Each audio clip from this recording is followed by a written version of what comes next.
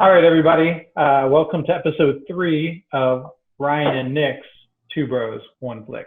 I'm Ryan. I'm Nick. Yes, nailed it. I All right, hope this week, people go I ahead. hope people don't forget who we are. Yeah. That's considering it's only people we know that have seen it so far. Hallelujah. All right, this for, week for we the watched, for the three people we reach that aren't in our immediate family. yeah. Well, I think this is a good way for Jesse to keep tabs on what's going on in your life. So, Exactly. you He know, said he we, watched we have one, a, so he's our target demographic. cha-ching. Guys who know Nick and still like him. Yep, that's our target Everybody, you're in quarantine. You have nothing better to do. demographic. All right, cool. So this week we watched Shimmer Lake with Dwight Schrute, Rainn Wilson, which is funny because I think it goes back to that whole like throwing someone on the front who's not necessarily the main character. Like he's the Hmm. only person I've seen on any of their advertising, not really the main character. But yeah, do you want to get into kind of what it was about, or? Yeah. Uh, so the movie was basically a heist film. A couple dudes are gonna make a plan to go rob a bank, but it's Rainn Wilson and two other guys who decide to rob this bank, and you're kind of following Rainn Wilson's brother, who is a cop locally, Yeah, and you're and kind of maybe in real following. life because we've never seen him in anything else. So. Yeah, well, he's not. I don't think he's really Rainn Wilson's brother, Ryan. I think he just played it in Oh, the I'm in a movie. cop. You know, maybe he's living that who's it, Steven Seagal life. Maybe he's really got into his character and just got a job as a cop. Well, and the FBI guy from in the movie, there's two FBI agents. The one guy Yeah, who's in everything, yeah. the bald guy, and then the other Rob guy from Corddry, Office is that? Space. Yeah, Yeah. the other guy from Office Space. I thought the cop and the guy from Office Space were brothers the whole time Oh, because they that's look awesome. so much alike. I was like, geez. But anyway, so you're following the course of events from present to where it started. So you're going backwards in time the whole movie. And you're kind Which of makes the like, dialogue hard to follow because everybody's just talking backwards, and yes, it's like, what okay. is no? It's like, and they were trying to be funny Oh yeah. the whole time, but you didn't really get why it was funny until you saw it in the, like, saw what they were referencing. Like, okay, so in the beginning, they like make this joke and it's kind of funny, but you don't really Mhm. understand it, and then you start to understand it the more it goes on, which is just a weird way to tell a joke. Well. I mean, it goes back to that old adage. I mean, a joke's always much funnier when you have to slow down and explain the whole thing. You know, I mean, Exactly. Yeah. I've crazy. learned a lot about jokes through this movie, and so I'm going to start explaining. I'm going to start with punchlines first from now on. Always punchlines. I love it. Yeah. What did you think of the movie? Uh, you know, um, I had a similar reaction to you where I was a little dissatisfied. I think because I'm not sure what I expected. I expected a dark comedy, and like you said, there were comedic elements. Like I felt like all of the main characters were pretty straight laced, and then it was just the side characters that had the comedic roles. You know what I mean? Like the two Yeah. FBI agents, the sheriff's deputy. I mean, they were the ones that got the one-liners in. They were the ones that got the funny moments. Even the little girl had a little bit of like comedic moments, but everybody else played it so straight that uh, I don't know. It it was a little weird tonally to me. No, don't get me Yeah. wrong. Like there were things that I absolutely loved. Like for instance, how they start each day, each sequence when you know you're going back. If someone wakes up surprised, like that was hysterical. Yeah, that's totally making fun of like the whole like over dramatic crime thing, you know. So it was purposely done. But with every scene where like somebody's sleeping, it slowly creeps on their face, and they just go, oh, like it made me laugh every time. That and the sheriff's deputy um, always having to sit in the back And like he's like super angry at the beginning, you don't get it, and then as the days go on, you're on something like 5 days in a row. Like, I mean, those things worked for me. That was the joke that I like in hindsight thought was the funniest, but in the movie was like, what is happening? You know, like because the first time you see him, you see the deputy getting into the main character's car, and he has to sit in the back, and he's like screaming and like yelling. You're like, okay, that was kind of funny, but I don't know why he's screaming and yelling. And then throughout the movie, you see that over the last week, he's had to sit in the back every single day. And I appreciated it so much, but at the same time, I was like, this would have been funnier if it was just in the reverse order. like if I was just watching the movie from the first thing that happened until the end, and that comedic part was happening, I would have like loved it every time it came up in the movie. But since it was just like I saw the punchline and then saw like every step of it before that, I was like, okay, yeah, that was a good idea. You executed it wrong. Man, I don't know. I still loved it. And I love the weird things like you would catch him doing. I mean, there's some amount of humiliation for him, like sitting on his porch waiting for a ride to work anyway. But like at one point, he's just looking in the barrel of his gun. Like a sheriff's deputy. It was just beautiful. There are like little moments. Little scenes in the movie that I pointed out to Taylor where they did not point to it at all. They didn't reference it. They didn't do anything. But if you caught it, it was really funny. Like the guy sitting on the ledge looking down the barrel of his gun.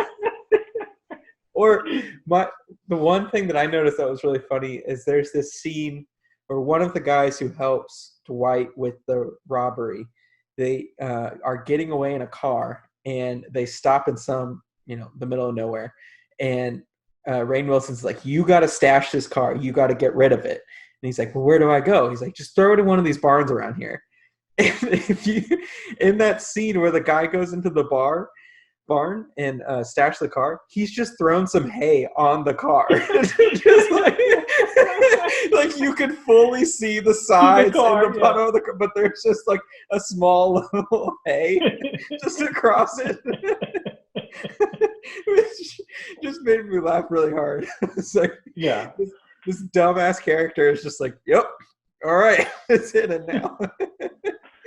I think maybe that's what it was for me. Like, there were so many little just gems. Like, even they included it in the preview, but even the conversation that the FBI guy is having with the roadblocks, where he's like, no, the passengers are white and the Camaro is black.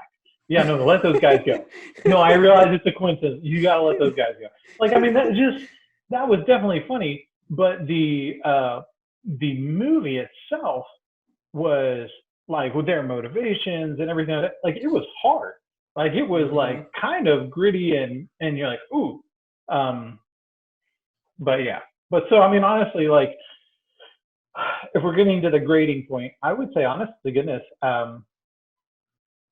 I can't say that there was necessarily a problem that was obvious or anything like that. And I did enjoy watching it. So I would say it's an 8, but I wouldn't give it a point above an 8. Like, I didn't think it was a great movie. I thought it was a solid movie. And it was funny. Like, there are moments that I immediately related to Alyssa that I thought were funny. But it wasn't my favorite movie. Does that make sense? Like, I was still like, there was a little dissatisfaction at the end. Now, I'd say out of the 3 movies that we watched so far, this one is the one with the least obvious flaws. You know what I mean? Like, this was like solid. I felt like it was pretty solid narrative, and it was a swing. It really was a tonal issue for me. That is why I didn't get above that. But I can't say that it's not watchable. I can't say that I wouldn't say, hey, this is kind of a fun, like, adventure. So maybe fun is the right word. Where do you come in on this one? Well, so I kind of agree. Like, I would say that as far as the plot to the movie, like, it was the most cohesive, from beginning to end. It just, like, it makes sense. Absolutely. Like, definitely. And I didn't get lost in any of it. I wasn't like, why did this happen randomly? Like I was fine with the whole plot to the movie. I just think I was a little disappointed. Like it wasn't as funny as I thought it was going to be, which maybe that's just my own fault for having like higher expectations than I should have. But and I like kind of thought the ending was pretty predictable. Like I just kind of called it right. Like, halfway through the movie, I told Taylor like what I thought was going to happen, and that's what happened. That's awesome. That's kind of like frustrating sometimes. So I would give it a 6.8. Like it was fun. Okay. I'd watch it. I probably would watch it again. And So you still have what was the first one we watched? In the Shadow of the Moon. In the Shadow of the Moon above this one. Yeah. I'd on watch. Entertainment Factor. Okay. I would tell someone to watch In the Shadow of the Moon before I tell someone to watch this one, just because I think the plot, while flawed, is more interesting in the Shadow of the Moon. Where like I was more captivated in that movie than I was in this movie. Oh yeah. Well, I mean that's what I have to say. Like I felt like entertainment wise, like, and you're gonna laugh at me. Oh, the platform was crazy entertaining. Like there are just ridiculous things that happen in that movie. But I mean that's not an argument for me to say, you should definitely watch this if that makes any sense. Yeah, I totally get you. It's like you probably shouldn't tell people to go watch Turbo Kid, but but I do. So but you do. that's where we live in. All right, cool. Do you think that we need to go like heavy spoiler now so we can talk about some of those issues? Yeah, why don't you give us a rundown? Okay. Okay. So anyway, so I obviously I gave it an 8. You gave it a 6.8. Well, let's go through our pre-spoiler thing. I've got some questions. Do you have any problem with how it was shot? Like, are there any reasons why it rated so low, or is it just literally entertainment value that kept it out of the 7s? So I thought some of the like humor in it was a little like contrived. Like it was just kind of like forced sometimes, which I didn't really like. Like I thought it was just kind of dumb. Like like the scene. There's one joke where the 2 cops are talking to the 2 FBI guys, and the deputy's like, "My boss is the smartest guy in the room," and the FBI agent's like, "He's not even in the room." Yeah, what does I was that just mean? like, "Oh, nice." Like, all right, here we go. I mean, I was okay with that because I was kind of expecting like the tongue-in-cheek stuff. That specifically because I feel like you get a lot of in those serious movies, like where you set up the things, you have people like standing up. Like I mean, for instance, they gave that whole speech to the FBI guys. The FBI was like, "Look, bro, we're like B team, so do what you need to do." So yeah, like I still thought it was funny, and I still found moments that I liked. There was just some moments where I was like, I get what you're trying to do here. Like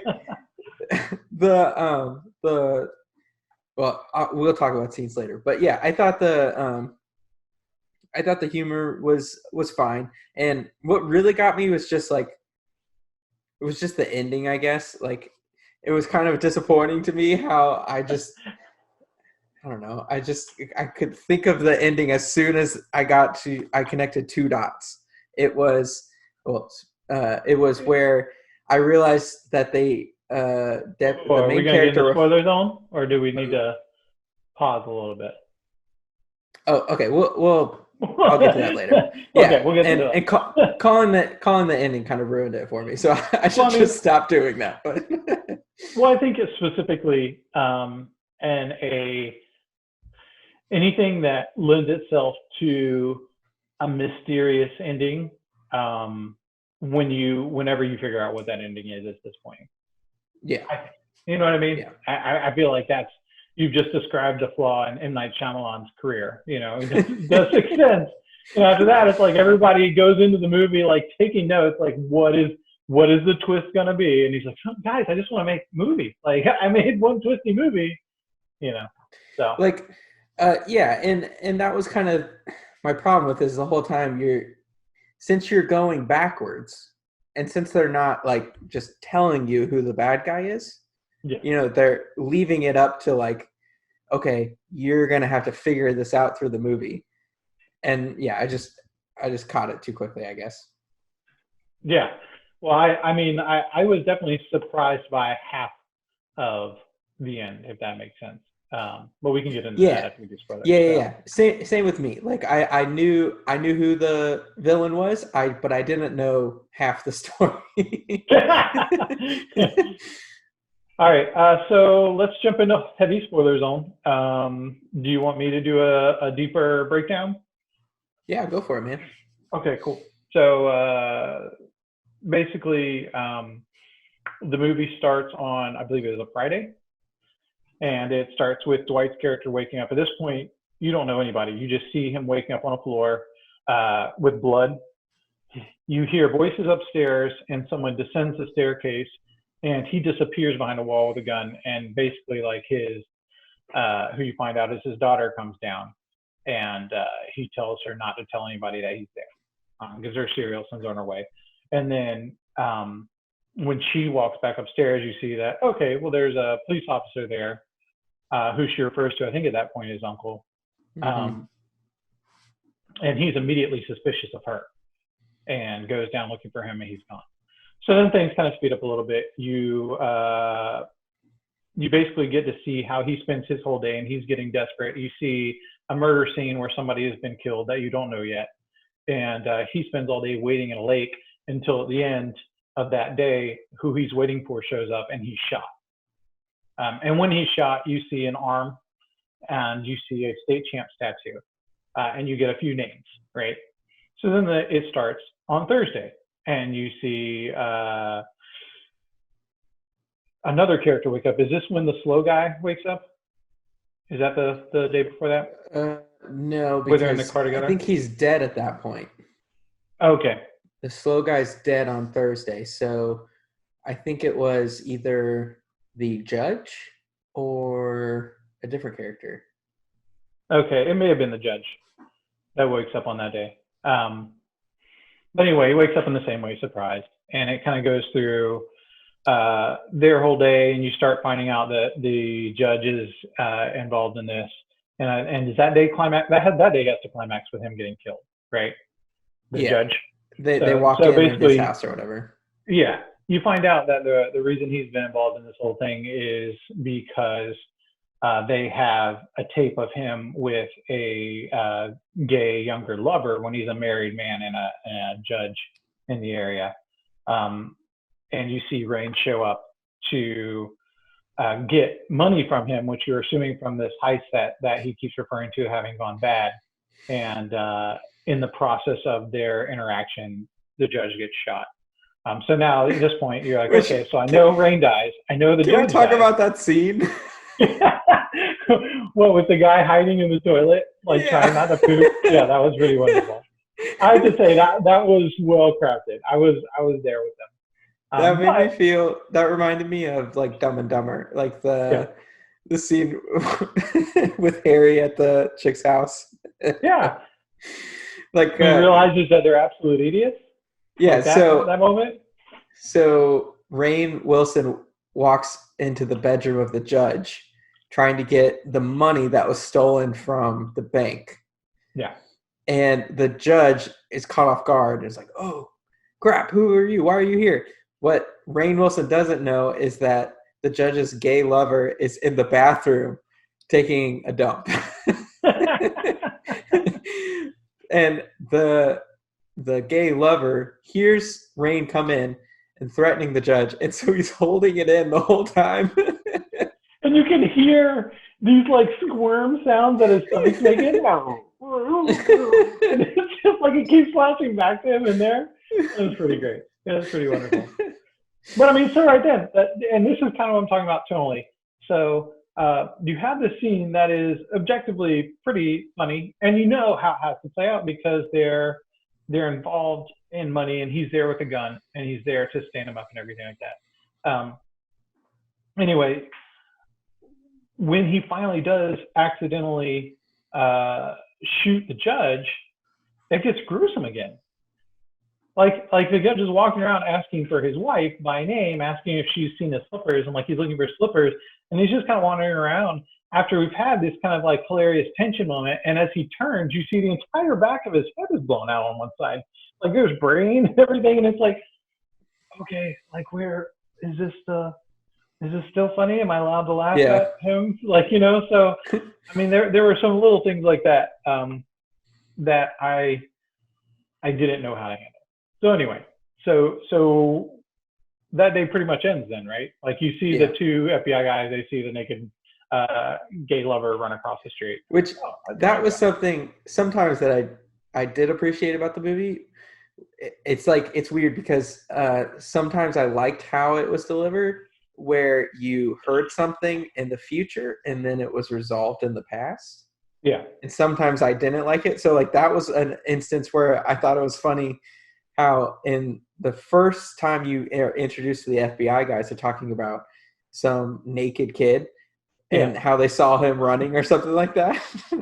And well, one guy's talking about it, and the other guy's like, "Stop with the naked kid already." Yeah. He's like, "I'm just telling you, I saw this naked kid run across the street." Like what? The whole time you're sitting there like, what is happening? And then you find out in the next scene or the next day, past day, that they saw the gay lover of the judge streaking across the street. And the dude's like, "Oh, a naked kid." Yeah. So it's kind of, it's weird. It's hard to like think about those things. Yeah. So anyway, so we go back after that day ends. Obviously, we go back to Wednesday, and it wakes up again. And they really have this running joke, which like by the time the third guy wakes up, like I am visibly laughing at them, just zooming in on their face, especially because this character that you get to meet in this day is a meth head that is connected to their meth operation with the guy or another guy that's running the heist, and he's not all there. So he's a little slow, he's a little burned out, but you see him zoom in on him, and he wakes up, and he's in the car with Rain, and Rain didn't wake up when he wakes up, so he just pretends to wake up again. Like he just thinks, "Whoa!" He's like, "Oh man, whoa, that's weird." It was just, man, it just really got me. So basically, like, okay, so on this day you see Rain, the robbery that they've been referencing that the sheriff is trying to get to the bottom of happened the night before. It didn't go the way they expected. The third guy didn't make it out with them, and they believe they've been double crossed. So Rain's character sends the slow meth head to hide his car. The slow meth head then gets played by another lady who is in love with, or who is the wife of their third member. She's the wife of the main guy in the heist, basically the guy who planned it all. And I think to this point, we don't know that she's in on it. We know that she's a little shady. We know that she's trying to deceive the cops when they come by. I think at this point, we've already seen her pull an iron off a shelf on herself on purpose to give herself a black eye. So she's definitely up to something. She's untrustworthy. That's what I'm saying. We know that she's trying to deceive them in some way, but we don't know anything about her. Like we just know that she's this guy's wife and she's doing some shady shit. So I think in this chapter, like she really kind of comes into it, and you find out that the reason the meth lab guy is attached to her husband or the meth head is because her husband ran a meth lab. I believe in this chapter you also find out that the meth lab exploded and killed her son, who was young. Like his dad had him there for whatever reason, and it caught fire, and the son is the casualty. Which, I think, by the way, go ahead. There was some foreshadowing or symbolism in the movie. I don't know if you picked up on it, where the main guy that we're following, Rainn Wilson's brother, who's the sheriff, is talking to. He's talking to Rainn Wilson's daughter, and he's talking about how he needs to clean up the city and how he's giving it a bath or whatever because it's dirty. And I think he says something like he's the cop they deserve or something like that. And meanwhile, the wife or this woman who we're following, the wife of the main bank robber guy, puts a Batman doll by the tombstone of her dead son. Oh man, Which I like put it together. I was like, wait a minute, cleaning up the city, the hero they deserve, and she put a Batman doll. Which I might just be reaching, but I don't think you're reaching. I think like when you're talking about adding things and doing things on purpose, I think they were hoping that someone out there would make those connections. Like, I don't know if you guys accidental. Right. I think what he says is that what's the point of being a clean cop in a city where everyone's dirty? Yeah, something like that. But like you kind of get like this, like he's frustrated, even though the scene itself is hysterical and capitalizes in the little girl just slamming his partner. Like I was all about that. It was great. But regardless, so anyway, so in this chapter, I believe Rain goes to see her immediately, right? In this one, and she gives him the gun, which ends up being what he takes, or was that the previous day? Yeah. I'm with you. Mm-hmm. Okay. So anyway, so Rain comes into this lady's house, who all you know about her is that she is attached to another guy that they believe is involved in all this, and Rain is referring to her as baby and stuff like that, which is odd. Because you're like, wait a minute, that's somebody else. And clearly, Rain, you've already met his family. And she convinces him to go after the judge. So anyway, so in this chapter, the same lady, reaches out to the slow meth guy, right? And convinces him not to meet Rain, but to meet her at a hotel room, because that's where the third guy is going to be. And they're going to split up the money because he came back and he's not double crossing them. He just needs this, that, and the other. So in this one, you see him show up to the hotel room. She is clearly trying to seduce the slow guy. And while that's going on, the judge shows up, who she's also invited there. And through the circumstances of the judge not wanting his tape to come out that shows that he has a gay lover that apparently this other guy has, he tries to take control of the situation by grabbing a gun and threatening the guy to stay back. Well, of course, the meth head guy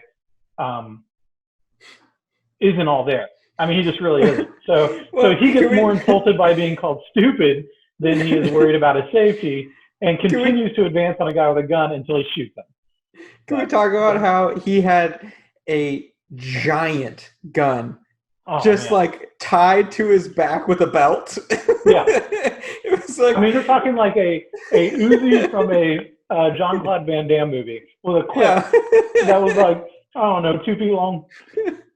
And there was just the great part is when you see him show up to the hotel, he is hitched a ride with people with this thing, and he just jumps out of the back of the truck like, thanks guys, So yeah, and he is altogether not there.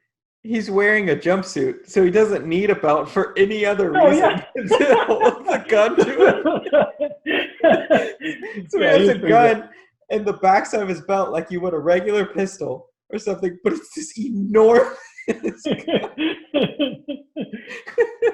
Which I have to say, like, what was the plan there? Because I mean, clearly this lady has set up this scenario, but was she just counting on the fact that this guy would be so insulted that he would get himself shot? Like, I mean, like, what was the? I mean, that's a big gamble, right? That's like a serious risk. She knew she could seduce him, I guess. Sure. Because that was her. That was what was initially happening, and then the judge showed up. But she also knows the judge is gay because that's how they're blackmailing, and she's invited the judge there. So she wanted them to run into each other. But I don't know, like, the judge had I mean, it played out well for her, obviously, and worked out nicely. But the judge had really no reason to shoot the guy other than the guy wasn't listening to him. Does that make sense? She had no reason to expect the judge to win this fight, which seems like the only beneficial way the outcome. The outcome of that scene. The only thing that benefits her is if the judge wins the fight. But he showed up with just like his khakis on. So well, I mean, I guess like if the guy wins the fight, then maybe she convinces him he's gone too far and gets him to go somewhere else, and maybe they eliminate him in a third location or something.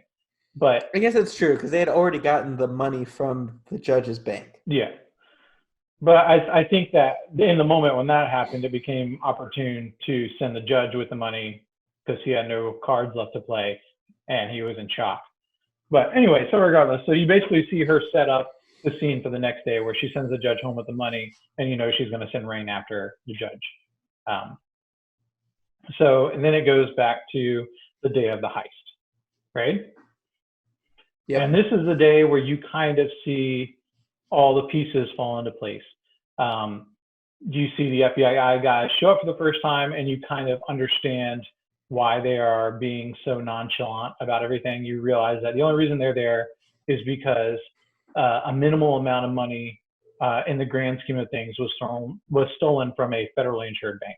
So they're not tracking serial killers. They're not doing a drug bust. They're literally just representatives that have to be there because the Fed has an interest of $3 million in this thing. So they really, they just present themselves up at the front like, we don't care what's happening here. You do what you want to do.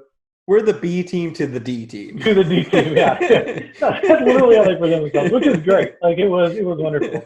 But you see the cop kind of take control, the sheriff's officer, and so as this day unfolds, you get to find out that it's the first time you've seen Ed alive, right? Which is the main third guy, the guy who's been to prison. You find out why he went to prison more in detail. You found out details about it, like Rain was his lawyer. The judge was the judge over the case, and Rain was the prosecutor. Oh, you're right. I'm sorry. Yeah. You're absolutely. He wasn't the defense lawyer. He was a prosecutor, which makes a lot more sense. But anyway, Rain was the prosecutor. The judge was the judge over the case, and you find out that they did not seek any charges on the death of the child. So instead of going after manslaughter for accidental death and endangerment, he ends up just going for the drug charges. First time offense, it seems like he spent 8 months in prison.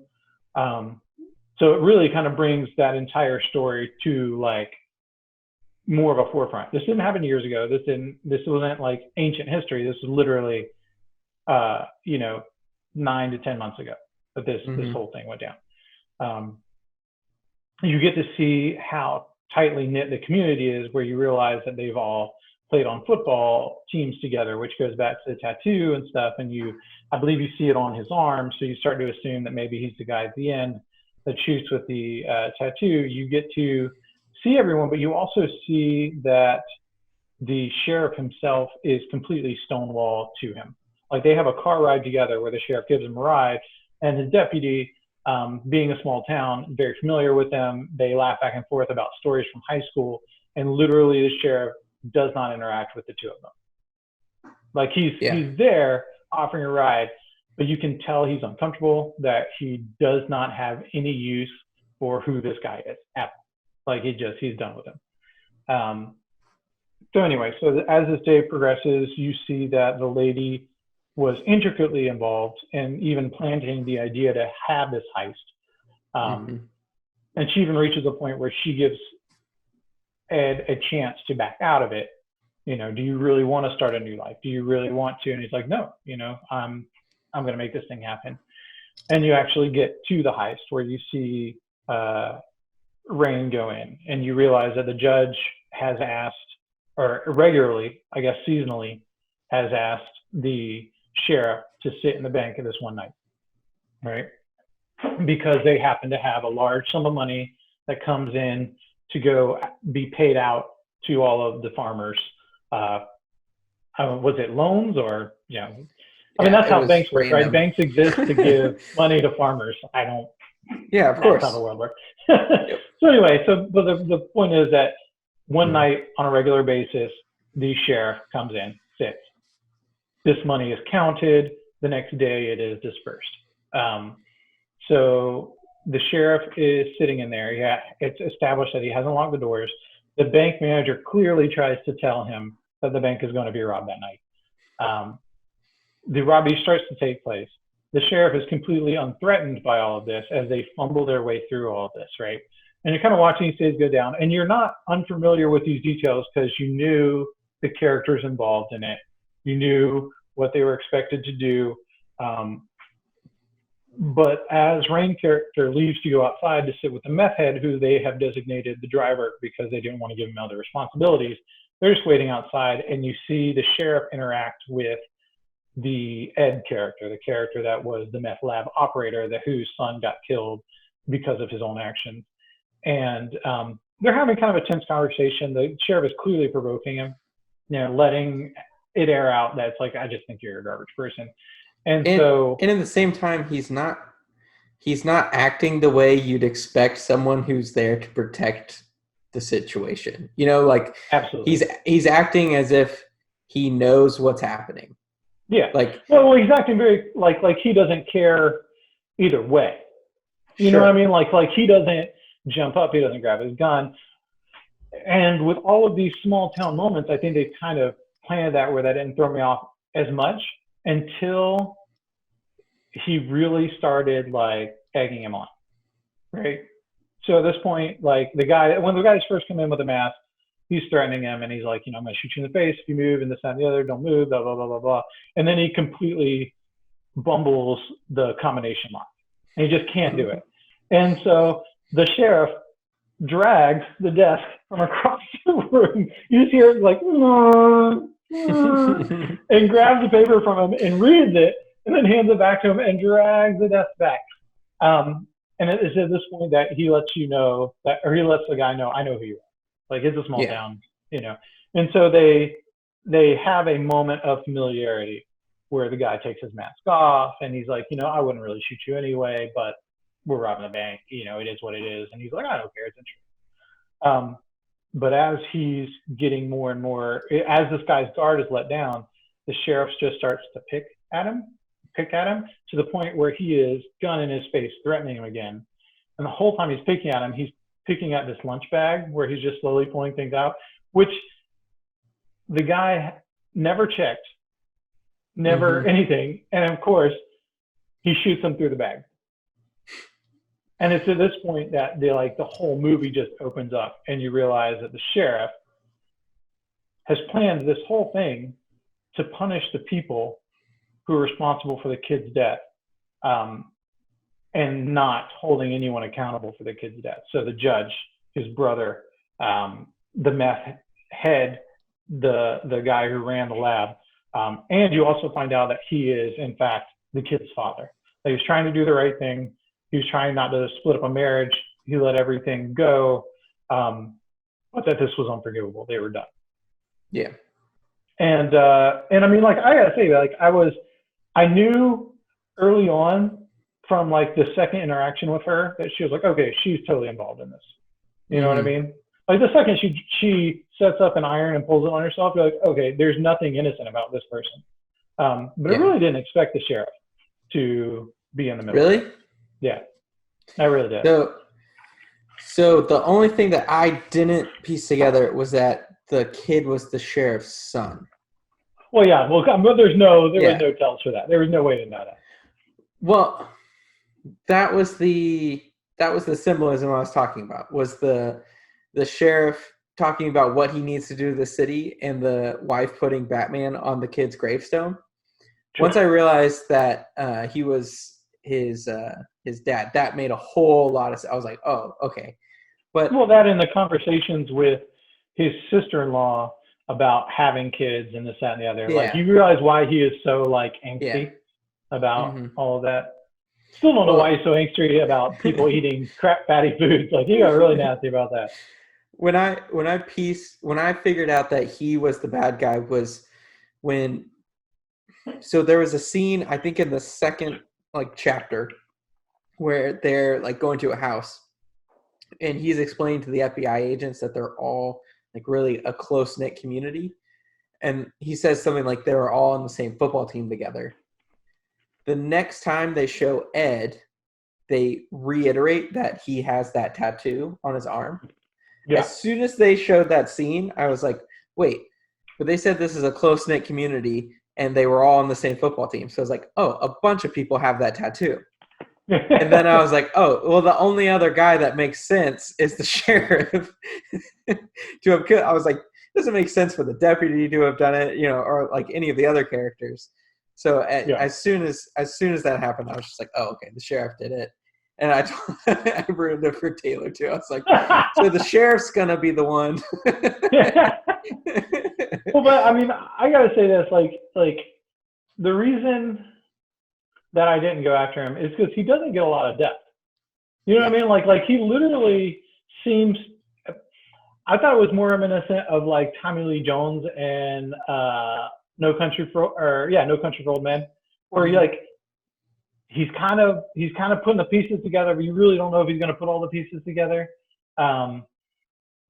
But in hindsight, you see him him and the girl offer everyone but the meth head second chances. He offers his brother a chance to explain himself. She offers to let the Ed walk away from the heist altogether. And of course they don't, Yeah. But I mean, I don't know. It was interesting. I have to say that and I'm not saying that if you read the script that you wouldn't get this, but I really didn't get Rain's motivation for everything. Do you know what I mean? Yeah, I'm with you. I think they were trying to point to that with so bits of dialogue.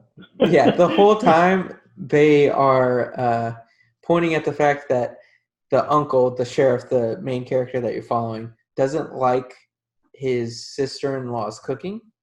Yeah. They keep they keep talking about how horrible it is and how everything she makes is disgusting. And I think there's only one scene where you see Rain with his family, actually involved with his family. And the only thing that is kind of off-putting about that is he already knows what he has to do that night, which is rob the bank. So he's kind of on edge, right? But every interaction he has with them is frustrating. He just wants to take his daughter to some theme park or something for the day, and she doesn't really want to go with just him. And all these different things are happening with him and his family where they are not connecting very well. And I think that they were just kind of trying to point out that he was just unhappy in his life. He's just this regular dude who is just tired of being in a mundane situation. And so he likes the idea of the girl who he's clearly at least has made him think that he has a chance with her, and all the money that he can get. I obviously they didn't make that a huge part of the movie, but that's what I thought they were getting at. But I mean, too, how does he think that's going to shake down? You're robbing a bank with her husband who's been in jail for 8 months. This dude clearly is willing to do a lot of crazy garbage.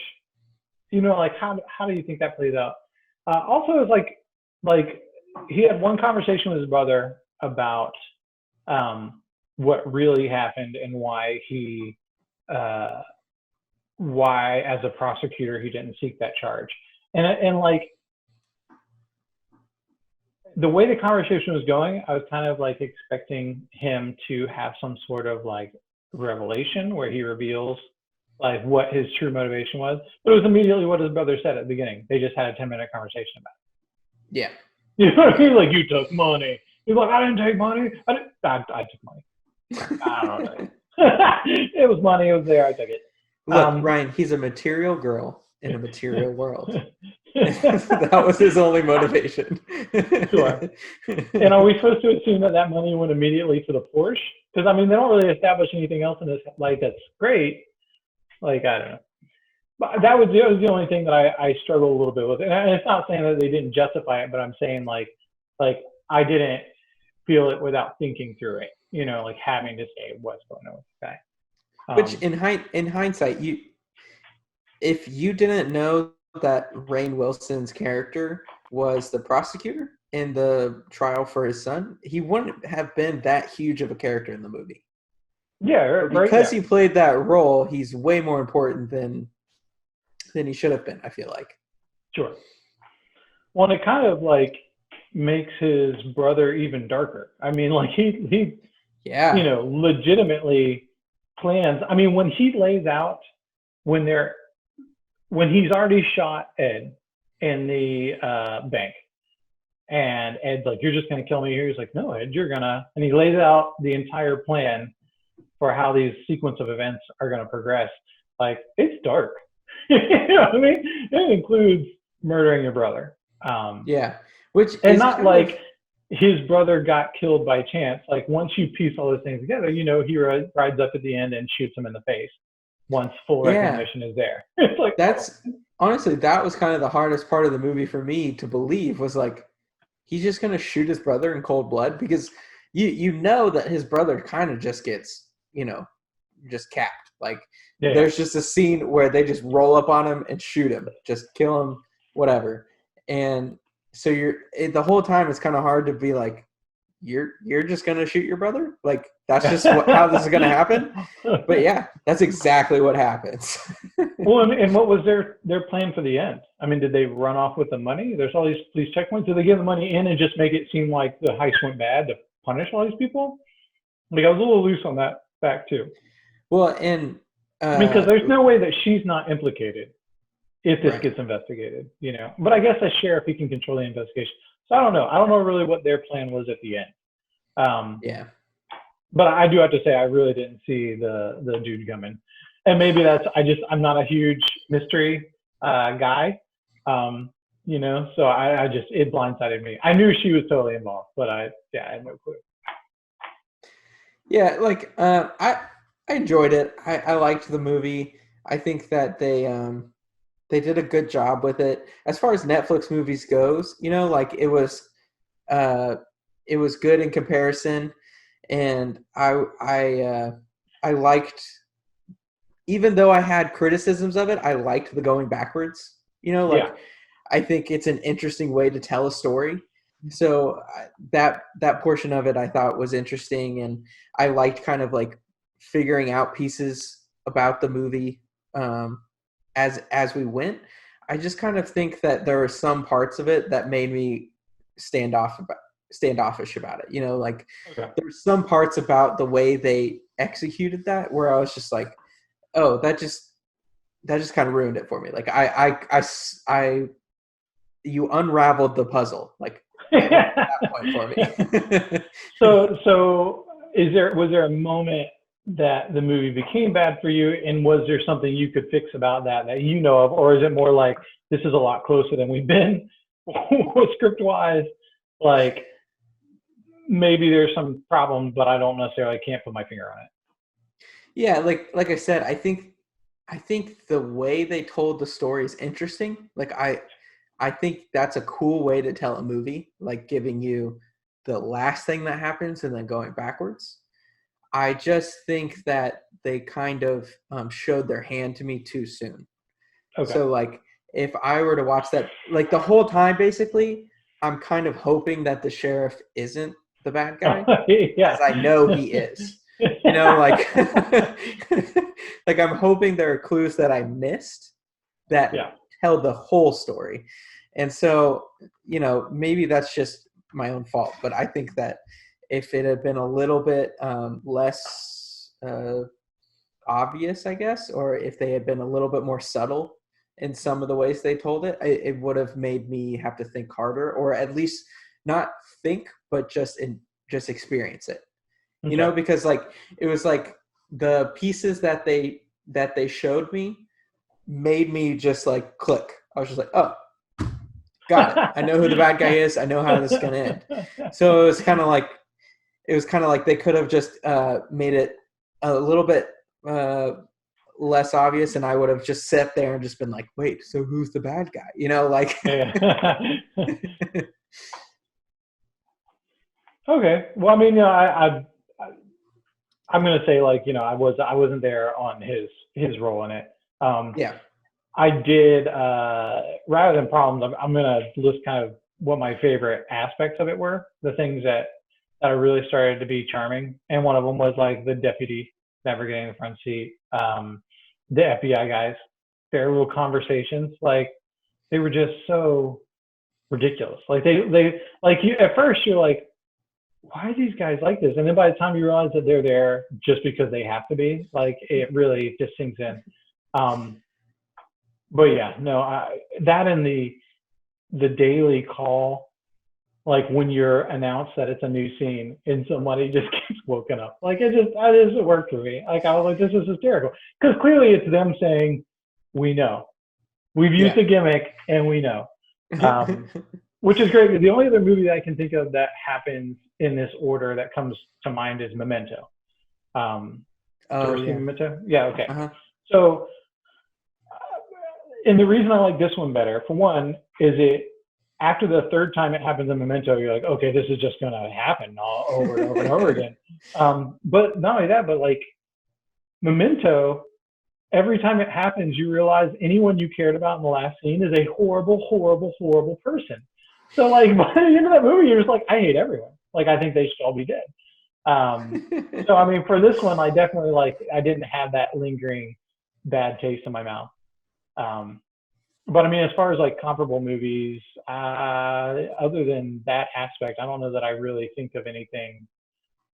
Do you think of anything that really like was reminiscent for you of something else you've seen? Um, it is pretty unique. I think the comedy aspect plus the storyline makes it like something I haven't seen much of. Like Yeah. it's way darker than a lot of movies that try and do similar things. Like Yeah.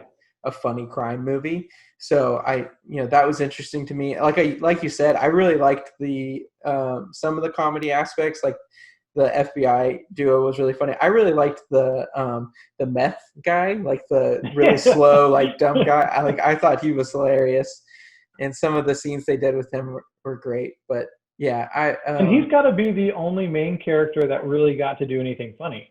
Like yeah. everybody else were main characters. Like I really feel like they had very developed main characters that felt real, and they were just surrounded by these cartoons. Like these guys were crazy. The deputy was wonderful. Like he was just so ridiculous. Um, Yeah. but I like him in anything. He was in this. I don't know if you saw it. It got one season, but it was called History. Something fixing history or something like that. But it was on Fox. Okay. Um, and he makes a time machine or finds his dad's time machine that's a duffel bag and just goes back and ruins the past.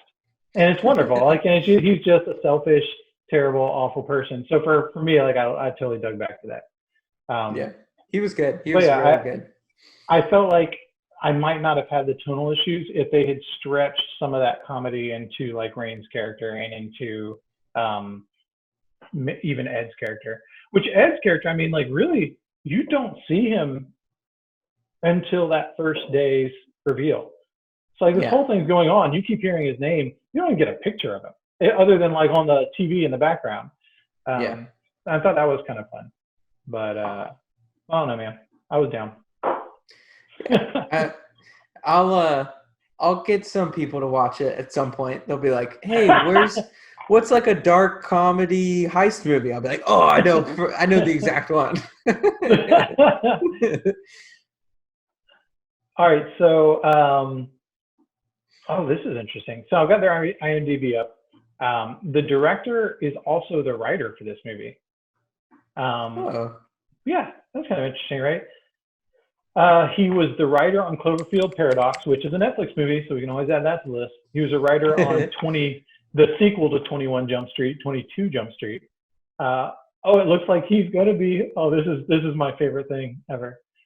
He's going to be the writer for Detective Pikachu 2. It's been announced. So. This looks like this is his one writing credit. Oh man. Okay, so I haven't seen 22 Jump Street. I haven't seen Cloverfield Paradox. I did see this, and there, like I said, the little witty dialogue parts I really loved. So if he's responsible for that, high five. But he's got 8 writing credits. 2 of them have not come out yet. The 2 first ones, Mortal Kombat Rebirth and Mortal Kombat Legacy TV series script 1. I love it. I love that this guy is awesome and that his start is writing video game movies. Like that's wonderful to me. I really wish that his first one was like the original Mortal Kombat, like that. It was that, and then nothing for a long time. Like he had to claw his way back. So, why haven't you worked in 10 years? No one really liked the live action Mortal Kombat. That was awesome. Nice. Well, cool, man. Well, hey, I think that's been our deep dive. As far as next week goes, the movie that I want to watch is going to be Okja, just because we've had 3 episodes, and the first 2 episodes it got talked about. Okay. Okja is a movie. Got to give the people what they want. Yeah. Well, I just, I want to be able to put it behind me, like just put it to rest, so I won't be like, hey, you need to see this thing. Anyway, Okja is the director of Parasite, which won Best Picture this year, Bong Joon-ho. And it's got Tilda Swinton in it, which, if Tilda Swinton is in the movie, you're like, oh, this is going to be a ride. Something weird is going to happen. Is this movie in English? Yeah. Nice. Most of it. I mean, there's characters that don't speak English. But honestly, man, I saw this over a year ago.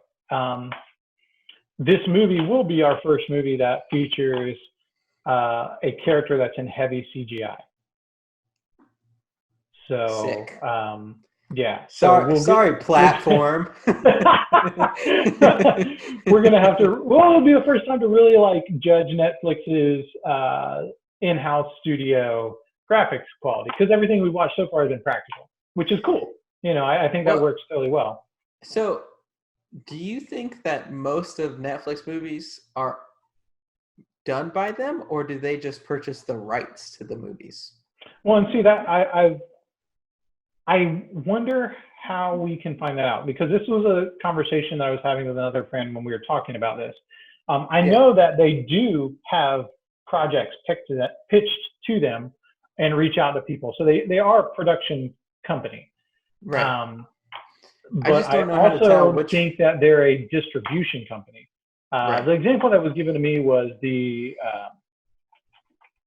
one for the British Office that was David Brent, or the life of David Brent, Life on the Road. Yeah.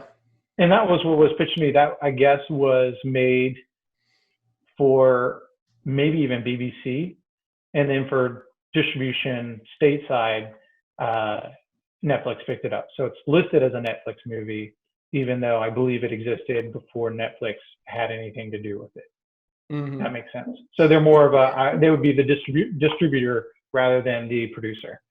That's how I understood basically how a lot of that worked, is like some countries will produce a movie and then Netflix will pick it up for the US side, or could be vice versa. But yeah, but I think it's pretty safe to say if it's an American made in English and has Netflix things on it, it's probably Netflix funded. I imagine the exception would be like super indie stuff, because that's how super indie stuff works anyway. They enter it into film festivals. They hope to generate enough buzz for someone to say, okay, Paramount will put this out, or Universal will put it in theaters. Sure. But yeah, no, I would say probably the movie we just watched, I would feel like would have been a straight up Netflix. Yeah.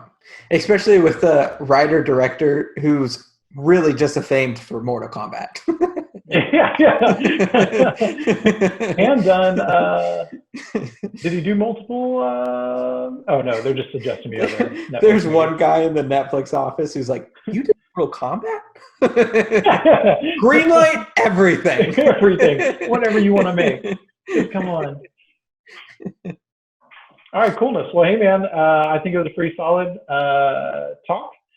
I gave it an 8. I stand by my 8 even after our discussion. You give it a 6.8, which is Well, just screw a you. horrible It's a score. 6.8. It's a 6.8. All right. Well, and next week we'll see you guys with Okja. This has been Ryan and Nick's Two Bros, One Flick. Until next time.